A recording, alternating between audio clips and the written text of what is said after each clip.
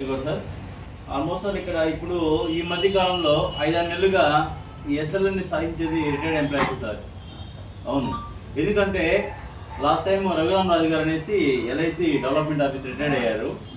ఆయన 1.5 కోటి బిజినెస్ చేశారు. ఒక నెలలో 1.5 కోటి బిజినెస్ చేసి 7.5 లక్షలు తీసుకున్నారు. ఎందుకు చెప్తున్నా అంటే మీకు ఒక డిఫరెంట్ సర్కిల్ ఉంటుంది, మీకు ఫేస్ వాల్యూ ఉంటుంది, బంధువర్గం నమ్ముతారు. ఎందుకంటే ఒక ఎంప్లాయీ అన్నప్పుడు అది టీచర్ కావచ్చు, ఏదైనా ఎంప్లాయీ కావచ్చు, మీ రిలేషన్స్ అనేది వేరుగా ఉంటాయి. ఆ యొక్క రిలేషన్ బేస్ చేసుకొని మనం చేసే వ్యాపారాన్ని మనము చేయొచ్చు. ఒక వెటనరీ డాక్టర్ అయితే నేను రిటైర్డ్ అయిపోయా, నాకేం చేతిలో పని లేదు, ఇక్కడ ఎంప్లాయీగా ఇచ్చారు, నాకు ఒక ఏపీఎం క్యాడర్ ఇచ్చారు, మేనేజర్గా ఇచ్చారు. రిటైర్డ్ అయిన వాళ్ళు కూడా ఇక్కడ మాకు జీతం ఇచ్చేదానికి అవకాశం ఉంది. అలా అనేసి ఆయన ఆల్రెడీ పశువుల డాక్టర్ కదా, పశువులు అంటే ఏదైనా కుక్కలు కావచ్చు, డైరీ ఫార్మ్స్ కావచ్చు, ఇలాంటి వాటిల్లో విలేజ్లో సర్వీస్ చేసింటాడు. ఆ విలేజ్ సర్వీస్ చేసిన వాళ్ళ దగ్గరికి పోయేసి పాంప్లెట్ తీసుకొని పోయి అడిగాడు. అడగని అమ్మాయిని అన్నం పెట్టరు కదా.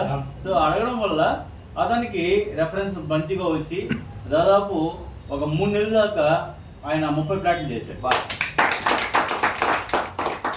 అలా టీచరు మన దగ్గర చాలా మంది టీచర్లు ఉన్నారు, రిటైర్మెంట్ హెడ్ మాస్టర్లు, టీచర్లు ఉన్నారు. వాళ్ళు ఇప్పుడు ఆల్మోస్ట్ వాళ్ళు మంచిగా 2 కోట్లు అనేది సునాయాసంగా చేస్తున్నారు.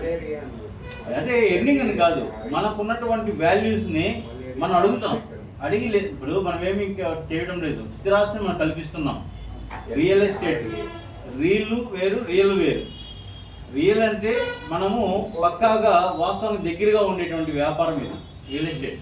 ఈ రియల్ ఎస్టేట్ చేయడంలో ఎందుకు అంత అసూయ అంటే కొద్దిగా ఫీలింగ్ ఉంటారు కొందరు, అడిగితే ఏముందో ఏమో అందులో అనేసి. చాలా వరకు అయితే ఒపీనియన్ బ్యాడ్ అయిపోయింది, రియల్ ఎస్టేట్ ఒపీనియన్ మీద బ్యాడ్ అయింది. ఎందుకంటే మార్జిన్లు పెడుతున్నారు, రకరకాలుగా ఏదో చేసి తిమ్మిని చేసి అమ్మేస్తున్నారు, మసిపూసి మాయగా చేస్తున్నారు, రకరకాల పేర్లు ఉంటాయి.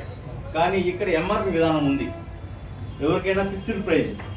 అలాగే కస్టమర్కి బుకింగ్ చేస్తే ఏమి, అగ్రిమెంట్ చేస్తే ఏమి, అదో 10 days పేమెంట్ కడితే ఏమి, 110 45 days. దాని ఫార్ములా ఏమి 1:10:45, 1:10:45 ఈ ఫార్ములా. ఇది booking, agreement, registration, bar formula.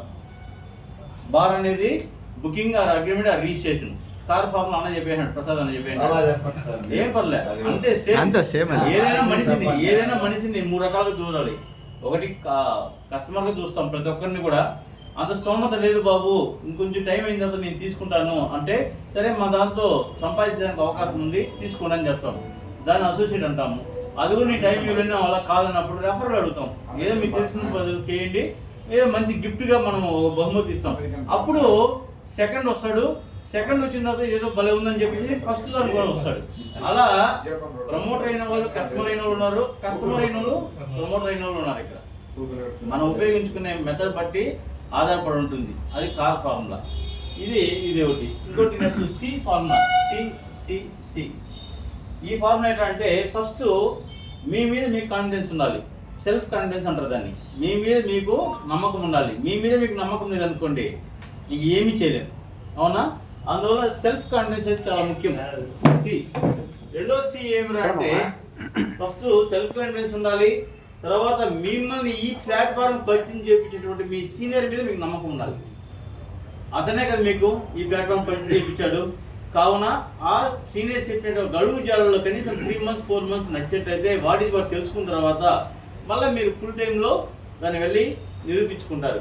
అంతవరకు మనం చెయ్యి వదలకూడదు. చెయ్యి వదిలి మనం పక్క చూపు చూడకుండా మనం ఫాలో అవ్వాలి, సిస్టమ్ ఫాలో అవ్వాలి, ఇది సీనియర్ ఫాలో అవ్వాలి.